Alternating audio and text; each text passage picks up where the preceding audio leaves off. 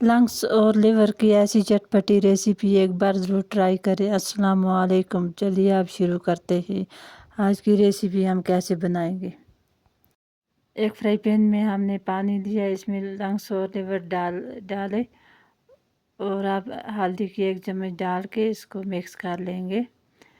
अब इसको उबालने के लिए 5 मिनट छोड़ेंगे। 5 मिनट इसको उबाल लेंगे ताकि इसकी स्मेल जो है वो ख़त्म हो जाए।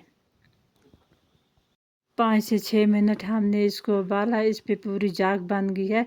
अब हम इसको 4-5 पानी से अच्छी तरह से धोएंगे। अब एक प्रेशर में पानी लेंगे और इसमें डालेंगे लंग्स और लिवर और साथ में इसमें डालेंगे काबुली चने 1 कप। हम इसको चनों में बना रहे हैं, आप चाहें तो ऐसे भी बना सकते हैं जैसे आपको पसंद हो। तो अब इसमें हम डालेंगे 2 बड़े प्याज काटे हुए और आप डालेंगे 1 चम्मच नमक की और तेज़ पत्ते 2, धनिया साबुत 1 चम्मच, साबुत जीरा 1 चम्मच और अब प्रेशर बंद करके 3 से 4 सीटी हम देंगे इसको। तो तब तक हम इसके लिए तड़का बनाते हैं। अब हम फ्राई पैन में तेल डालेंगे। तेल अच्छी तरह से गर्म हो जाए तो कटा हुआ 1 प्याज डाल के इसको अच्छी तरह से फ्राई कर लेंगे और साथ ही में हम डालेंगे इसमें कश्मीरी देसी टमाटर। ये घर के टमाटर हैं और इनको भी हम अच्छी तरह से मिक्स कर लेंगे। इनको इतना फ्राई करेंगे ताकि टमाटर का पानी ख़त्म हो जाए। घर के टमाटर में पानी ज़्यादा होता है, इसको 5 से 6 मिनट हमें फ्राई करना है और साथ में डालेंगे टेस्ट के हिसाब से नमक और अब इसको अच्छी तरह से मिक्स करेंगे और चमचे से हम इसको थोड़ा मैश भी करेंगे। अब 5 मिनट हम इसको उबलने के लिए छोड़ देंगे। 5 मिनट के बाद हम इसको फिर मिक्स करेंगे और अच्छी तरह से फ्राई करेंगे और साथ ही में हम डालेंगे इसमें मसाले।